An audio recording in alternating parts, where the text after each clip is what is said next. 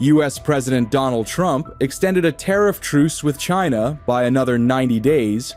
On Monday, a White House official said, staving off triple-digit duties on Chinese goods as U.S. retailers prepared for the critical end-of-year holiday season.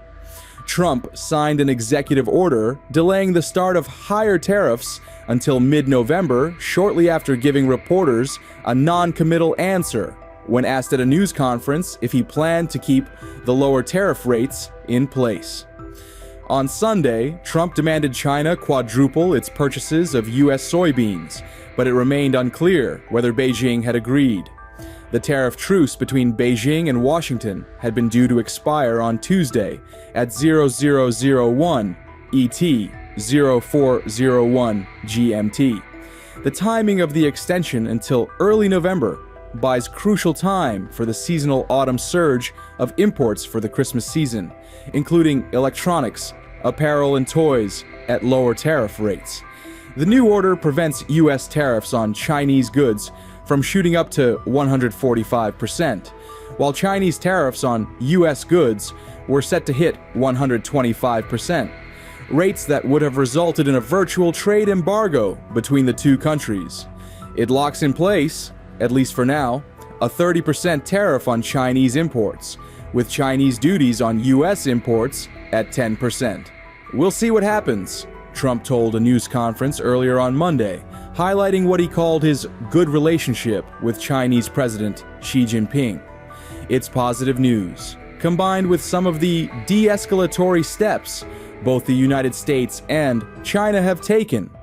In recent weeks, it demonstrated that both sides are trying to see if they can reach some kind of a deal that would lay the groundwork for a Xi-Trump meeting this fall, said Wendy Cutler, a former senior U.S. trade official who is now a vice president at the Asia Society Policy Institute. Trump told CNBC last week that the U.S. and China were getting very close to a trade agreement, and he would meet with Xi before the end of the year if a deal was struck. Trade détente continued. The two sides in May announced a truce in their trade dispute after talks in Geneva, Switzerland, agreeing to a 90-day period to allow further talks. They met again in Stockholm, Sweden, in late July, and U.S. negotiators returned to Washington with a recommendation that Trump extend the deadline. Treasury Secretary Scott Bessent has said repeatedly that the triple-digit import duties both sides slapped on each other's goods in the spring were untenable, and had essentially imposed a trade embargo between the world's two largest economies. It wouldn't be a Trump-style negotiation if it didn't go right down to the wire, said Kellyanne Shaw, a senior White House trade official during Trump's first term, and now with law firm Aachen Gump Strauss, Hauer, and Feld. She said Trump had likely pressed China for further concessions before agreeing to the extension.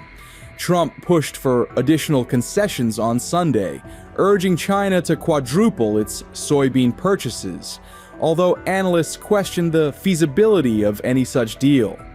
Trump did not repeat the demand on Monday. The whole reason for the 90-day pause in the first place was to lay the groundwork for broader negotiations, and there's been a lot of noise about everything from soybeans to export controls to excess capacity over the weekend, Shaw said. Ryan Majerus, a former U.S. trade official, now with the King & Spalding law firm, said the news would give both sides more time to work through long-standing trade concerns. This will undoubtedly lower anxiety on both sides as talks continue and as the U.S. and China work toward a framework deal in the fall, he said. Imports from China early this year had surged to beat Trump's tariffs, but in June, Commerce Department data showed last week.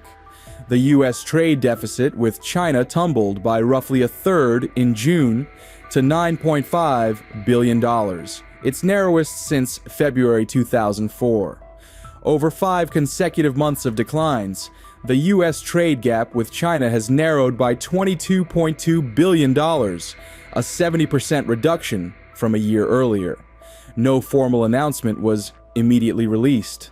The Treasury Department and U.S. Trade Representative's office did not respond to requests for comment. Washington has also been pressing Beijing to stop buying Russian oil, with Trump threatening to impose secondary tariffs on China.